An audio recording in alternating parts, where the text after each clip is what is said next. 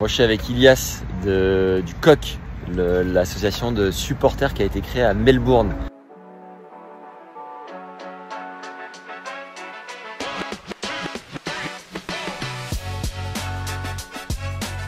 Salut, moi je m'appelle Ilias et il y a quelques mois on a créé avec des amis à moi une association de supporters de tennis pour les joueurs français qui s'appelle le COQ, K-O-Q et pas comme le coq l'animal. Du coup en référence à la petite histoire qu'on a eue il y a quelques mois à Melbourne pendant l'Open d'Australie.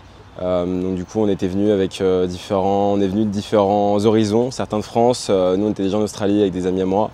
Et voilà, on a commencé à aller sur différents matchs. Le début de notre histoire, ça a été avec le match d'Arthur Cazaux contre Laslo Djere au premier tour. Et on a gagné le match, on a gagné le match, je le dis déjà, on a gagné le match. En fait, Arthur crampé au 5e set contre Laslo Djere et on est arrivé. Pour la petite anecdote, en fait, on était dans la queue, on a essayé de rentrer sur le terrain et on ne les a pas laissé rentrer parce qu'il y avait un entraînement de Novak Djokovic juste à côté. Et les vigiles, du coup, ne voulaient pas nous laisser entrer parce qu'il y avait une queue de plus de 100 mètres. Donc on a négocié pendant 20 minutes pour entrer sur le court. On savait qu'il crampait, on savait qu'il perdait dans le début du 5e. On est arrivé, on a commencé à chanter. Et les crampes se sont envolées, il gagne le premier tour. Il vient nous voir à la fin du set, enfin à la fin du match, et nous remercie en nous disant qu'il n'aurait sûrement pas gagné le match sans nous. Pour la petite histoire avec Tennis Legends, c'est que j'ai reposté le selfie avec mon téléphone de nous avec Arthur. Ouais. Tennis Legends l'a reposté. Et c'est comme ça qu'en fait le staff de Arthur Cazaux nous a retrouvés en fait. Et nous a recontactés pour la suite de la semaine en nous disant les gars faut que vous veniez, vous êtes notre nouveau Grégory, on a besoin de vous. Et donc du coup l'histoire s'est enchaînée et pendant la semaine on a enchaîné les matchs avec Arthur dans sa box. Et avec d'autres joueurs, donc Lucas Van Hache, Hugo Humbert. Donc la semaine a juste été folle. On n'a pas raté un match, que ce soit des joueurs français, joueurs françaises qui ont poursuivi leur aventure jusqu'au 8e de finale pour Arthur et Océane. Donc du coup la semaine a juste été dingue. On a vraiment kiffé, on se connaissait pour la plupart pas et on a juste fraternisé le temps d'une semaine dans les tribunes de Melbourne Park. Donc c'était juste, pour moi c'était peut-être la plus belle semaine de ma vie en termes d'émotion, donc ça a été vraiment fort et on se connaissait pas, on a créé des liens qui étaient juste incroyables jusqu'à la fin du tournoi. Et on est reparti en France, on a été invité par l'Open Sud de Montpellier. Là-bas, du coup, nous on s'est déplacés, on a pu sympathiser du coup un peu plus profondément avec Arthur Cazaux, donc on est resté en contact après. Et c'est vrai qu'avec les gars, on s'était dit il y a vraiment quelque chose à faire. Ça n'existe pas de déplacer des foules à travers le monde pour supporter les joueurs de tennis français, alors que le tennis a juste un poids qui est énorme en France. Donc on a essayé de penser à comment on pourrait créer quelque chose et on a décidé du coup de créer une association qui viserait du coup de réunir des gens et de les faire se déplacer du coup aux 4 coins du globe sur les principaux tournois, en tout cas les grands chelems, pour pouvoir du coup supporter nos joueurs. Donc du coup après ça on a décidé de contacter la Fédération française de tennis qui nous a reçus. Pour qu'on puisse s'entretenir avec eux et dont le président qui avait beaucoup aimé du coup l'initiative qu'on avait eue à Melbourne. Donc voilà, il nous a invités, on a pu échanger avec lui, débattre sur les idées qu'on avait, sur dans quelle direction on voulait aller. On voulait donner justement au supporterisme en France parce qu'on a toujours trouvé qu'effectivement le tennis était un petit peu silencieux en tribune et on veut donner une petite vague de fraîcheur justement à l'atmosphère qui pour nous est juste pas à la hauteur de ce sport en France, quoi. Pour nous c'est une religion et c'est juste dingue, on l'adore et on voudrait lui rendre en tribune ce qu'il nous donne sur le terrain, quoi. Trop bien. Pour revenir sur le nom, COQ, c'est pour reprendre le COP comme les COP de foot, exact. Adapté adapté, voilà, exactement. On veut, il y a des choses qui nous plaisent, des choses qui ne nous plaisent pas dans les autres sports, en l'occurrence le foot. Là en ce moment il y a eu quelques polémiques sur les derniers matchs, sur les attitudes de certains supporters. Alors je tiens à différencier le fait que c'est pas les personnes qui ont eu des comportements déplacés généralement ne font pas partie des groupes de supporters qui ont été créés récemment. C'est des comportements qui sont isolés. Nous voilà, ça a été une des premières initiatives qu'on a voulu prendre, ça a été d'être clair et net sur le message qu'on voulait véhiculer en tribune, qui était le respect, la ferveur, mais voilà, le respect des joueurs, le respect des autres supporters et véhiculer une image qui était positive. Donc la référence au COP, effectivement, on a beaucoup aimé parce que voilà, on cherche un petit peu cette union entre les supporters et on veut rassembler, fédérer. Ça, c'est vraiment quelque chose qui nous tient à cœur. Du coup, voilà, en ramenant un petit peu cette image voilà, de la France, un chauvinisme mesuré, mais du coup, voilà, dans la bonne humeur et avec une très bonne vibe. Donc, du coup, voilà, donc on a choisi un petit coq qui hurle. Nous, ce qu'on a voulu aussi représenter, c'est que il met de la voix, il a du caractère, ce petit coq. Mais voilà, non, en fait, on est une bande de. Notre groupe, il est juste incroyable parce qu'en fait, on est un groupe de personnes qui ne se connaissaient pas pour la plupart des personnes du groupe avant l'Open d'Australie.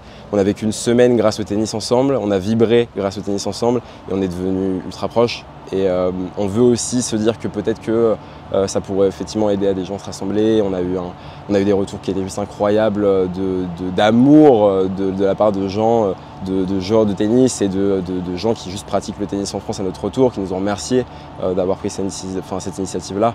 Et du coup, voilà, donc on cherche à faire bouger un petit peu les choses dans le bon sens et on espère que ça va pouvoir perdurer et on espère pouvoir se donner les moyens de continuer par la suite à... Ça veut dire que les joueurs et les joueuses vous donnent des places pour assister à leur match? À l'Open d'Australie, ça s'est fait comme ça, c'est-à-dire que les joueurs du coup, on a fini par sympathiser du coup avec les agents, avec les coachs, avec les kinés ou avec les joueurs directement qui du coup sont restés en contact avec nous et nous envoyaient des places. Combien par match? On en a eu jusqu'à... alors l'Open d'Australie c'est plus facile parce que du coup t'as pas les familles généralement qui sont là, donc eux, la vanne de places qu'ils ont elle est assez ouverte, donc on a eu jusqu'à 15 places sur le central. Énorme. En road lever, on a eu jusqu'à 15 places. Par qui? Par Lucas Van Nage contre Tsitsipas. On a eu le box, le match qui pour moi était plus fou. Bon, il y en a qui ont été plus fous que d'autres, mais Arthur Cazot contre Rune, pareil, Arthur a été ultra sympa, il nous en a filé une quinzaine. Donc nous on avait notre groupe, tu vois, mais on avait aussi en même temps des personnes autour, des Français qui avaient entendu parler parce que Melbourne, bah, tu connais, c'est un microcosme, du coup c'est un petit monde et donc tout le monde parlait de nous, donc les gens venaient nous voir pour savoir s'ils pouvaient faire partie du groupe. Donc voilà, donc on a eu jusqu'à 15 places qui étaient offertes sur les plus gros cours. Sachant que la place coûte combien normalement? À Melbourne, c'est pas très cher, c'est moins cher sur les autres grands chelems. Ouais. Sur Road Lever, on a combien? Road Lever, on était en box player, en premier rang, on était sur des places qui étaient à 300 $, ouais, on était sur quelque chose de ultra cher. On a même été invité. On a été invité du coup par la Fédé parce que du coup il y avait d'énormes galères, on n'était pas en contact avec Adrian Manarino. Le match contre Shelton, on a juste tout donné et après on savait qu'il jouait Djokovic, mais on n'avait pas de contact avec Adrian et du coup la Fédé a réussi à nous faciliter du coup le contact avec lui, a pu nous faciliter des places pour qu'on vienne. Et donc Adrian a eu son petit cop malgré le score un peu sévère contre Novak. Qui a imprimé le t-shirt, le Divin Chauve? Le Divin Chauve, alors ça c'est un ami du groupe du coup, qui fait partie de l'association, Marius. Génie. Je pense que le t-shirt Divin Chauve il a fait le tour de toute la planète. Alors du coup bon, il y a eu le t-shirt Divin Chauve, mais il y a aussi quand même le t-shirt Arthur Cazot de Montpellier. Bon, et pour la petite anecdote, en fait quand on était à Melbourne, on essayait de trouver avec les gars un moyen de le faire sourire, tu vois, juste de trouver un moyen de le détendre. Et quand il a mis sur la caméra la petite référence à la paillade, on s'est dit il faut qu'on trouve quelque chose. Donc c'est comme ça qu'on a commencé à chanter la paillade du coup en tribune. Et avant son match contre Urkash en 8e de finale, on voulait tous, on a remué de fond en comble Melbourne pour trouver le t-shirt de Montpellier via la communauté française de Melbourne. Et j'ai été en contact avec son kiné qui m'a dit attends, Arthur il voyait jamais sans son t-shirt de Montpellier. C'est un gros supporter du club de Montpellier. Il va vous le filer et du coup donc, il nous a donné du coup son t-shirt de Montpellier. Donc on l'a brandi en tribune directe et c'est devenu un petit peu le symbole de notre relation avec Arthur. Je crois qu'il y a 2-3 membres du coq à Melbourne qui ont perdu leur voix, qui ont dû prendre des pastilles pour la gorge. Ouais. Est-ce que vous avez une ou deux anecdotes vraiment très marrantes? Il y a eu cette danse qui était fabuleuse sur le stand de champagne. À la fin du match qui a foutu les frissons absolument à tout le monde, je pense même des larmes tellement c'était intense. C'était quoi les meilleurs moments ou la meilleure anecdote de Melbourne? Cette anecdote-là elle est juste folle parce que le match contre Rune, déjà voilà, personne s'attend à ce qu'Arthur sorte le match qui sort, alors que c'était déjà contre un grand Rune. Après le match, dans l'euphorie en fait, on nous dit le président veut vraiment vous remercier pour ce que vous avez fait pour le tennis français en tant que tel, parce qu'on l'a appuyé pendant tout le match et ça a été un petit peu la consécration du coup de la semaine. Donc du coup dans l'euphorie, on a été invité à prendre le champagne avec C'est dingue quand j'y repense avec Ivan Lubicic, qui est du coup le président et tous les membres directeur du haut niveau. Directeur du haut niveau, effectivement. Juste dingue. Enfin, moi, tu vois, 3 jours avant, j'arrivais à Melbourne lambda en tant que spectateur, et 3 jours plus tard, j'avais Ivan qui me disait « Ilias, tu veux une coupe de champagne ?» Dingue, t'imagines. Ouais. Et non, ça a été une euphorie de fou. Ça a été juste… ouais, on faisait partie d'un groupe. C'est-à-dire que le tennis français, que ce soit les joueurs, les membres de la fédération, les supporters, on faisait qu'un. Et c'était juste mythique en fait.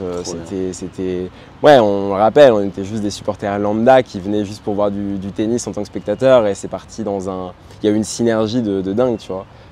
Et Arthur est venu du coup à la fin du pot qu'on a eu du coup avec Ivan, avec Monsieur Moreton.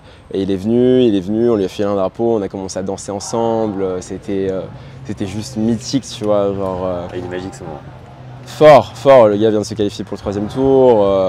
Et il y a eu une suite. Il a gagné le 3e tour, on l'a enflammé. Tu vois, ce qui est dingue, c'est qu'après son 3e tour, il gagne. Nous, on était partis pour aller se faire tatouer AO sur la jambe, tellement on était comme des fous. Et moi, on part en direction du centre-ville pour se faire tatouer. Mes potes y vont, je les rejoins. Et là, il y a le kiné du coup d'Arthur qui m'appelle, qui me dit non, mais il veut venir vous voir pour vous remercier et tout. Du coup, je suis reparti voir Arthur. Du coup, je me suis pas fait tatouer AO. J'ai toujours cette petite. Faut que je retourne à Melbourne pour ça. Ouais, dans 20 ans, je pense que tu diras heureusement que je me suis fait tatouer finalement. Non, en vrai, AO, ça passe. Je mettrai toujours un petit rond au-dessus avec la balle. Ça passera toujours. Non, en vrai, moi, ça a été le début de quelque chose de super fort. Pour le coup, ce qui est dingue, c'est qu'après, du coup, son match contre Greg Sport, où il joue, il est sur la Lune, on sort le soir. En boîte pour célébrer du coup, parce que nous en fait les victoires on les vivait comme si c'était les nôtres on sort en boîte mais au fin fond de Melbourne, vraiment dans la banlieue. Et là le videur il me dit mais vous êtes les French guys, les French boys là de l'Open d'Australie, je vous ai vu à la télé. Et donc il y avait une forme de célébrité au sein de Melbourne qui était juste dingue. Donc ça a été une parenthèse de malade pour nous, tu vois. Fabuleux. Et donc là à Roland vous avez rejoint la We Are Tennis Academy. Du coup, donc. Tennis Fan Academy, je sais plus comment ouais, la WATFA, la We Are Tennis Fan Academy. En fait, nous, après l'Open d'Australie, juste après ça, on a décidé du coup de créer l'association. Et on était du coup directement en touche avec la fédération qui était au courant de notre projet, qui sait du coup là où on veut aller. Et ils ont essayé du coup de nous accompagner un petit peu depuis du coup le retour de l'Open d'Australie pour gérer mieux la chose. On savait que Roland Garros c'était un grand rendez-vous. Même si du coup le but de l'association pour nous c'est quand même de favoriser du coup le support des tennisman français, tenniswoman françaises à l'étranger, pas à Roland Garros. Mais on a eu l'opportunité du coup de venir à Roland Garros, donc on a été invité par BNP Paribas. Donc là c'est eux qui vous régalent avec les places, c'est plus les joueurs maintenant? Non, exactement, là c'est un autre statut, donc on a toujours nos petits chouchous, on vient toujours voir tous les joueurs qui étaient là-haut, plus du coup tous les joueurs qui jouent là à Roland Garros. Mais donc du coup voilà, BNP Paribas nous a proposé du coup de venir rejoindre la WATFA. Donc le coq rejoint la We Are Tennis Fan Academy en tribune. Et alors il y a un truc, c'est qu'il y a la tribune bleue qui a été créée en parallèle, ouais, qui est aussi un rassemblement de supporters. Pourquoi pas avoir fait une seule et même team pour être plus nombreux et faire plus de bruit encore? Et pour le coup, nous c'est vrai que notre action on l'a créée au retour de l'Open d'Australie sans commencer. On s'est d'abord concentré sur tout ce qui était démarches administratives et bureaucratique d'un point de vue pour être le plus carré possible par rapport à ce qu'on voulait faire. On était plus dans la recherche de support, de fonds, d'aide. Donc on a fait vraiment ce travail-là de fond et un petit peu caché. Du coup derrière cette association-là, on ne s'est pas d'abord précipité effectivement sur la com. Et après on a entendu parler du coup d'un groupe qui s'était monté après le tournoi d'Estoril, donc fin mars, début avril. On les a rencontrés. Donc du coup on a des valeurs qui sont communes, hein, pour le coup on veut aller un petit peu dans la même direction. Bon, après c'est vrai que nous ce groupe-là existe et cette envie-là existe depuis Melbourne. Eux l'envie est un petit peu plus récente, ça s'est fait un petit peu plus récemment. On a échangé, on est en bon terme. Enfin, on est tout le temps un petit peu à s'envoyer des messages. On essaie justement un petit peu de se redistribuer un petit peu certains matchs parce que du coup on veut que tous les Français aient un support, que voilà, tout le monde ait quelqu'un qui puisse le supporter. Donc pour le coup, Pour le coup, voilà, on est en dialogue et on espère qu'un jour, je pense que voilà, tout le monde veut qu'un jour on puisse avoir un COP géant de Français qui puisse supporter les joueurs tout au long du calendrier. Donc voilà, on va essayer de voir comment ça se passe pour les prochains mois. Du coup, Ilias, qu'est-ce que tu peux me dire sur le bike? Déjà, j'adore le design, ultra moderne, ultra minimaliste, très agréable d'un point de vue visuel. Une porte, mais un bras. Là. Facile quoi. Ultra facile. Donc tu vois, c'est ultra minimaliste. En fait, il y a une courroie qui fait qu'on n'a pas besoin de passer de vitesse. Donc c'est juste ultra simple de piloter. Donc du coup, là, avec la batterie qui est là, on a 100 bornes d'autonomie. Donc petit week-end à Deauville sans souci.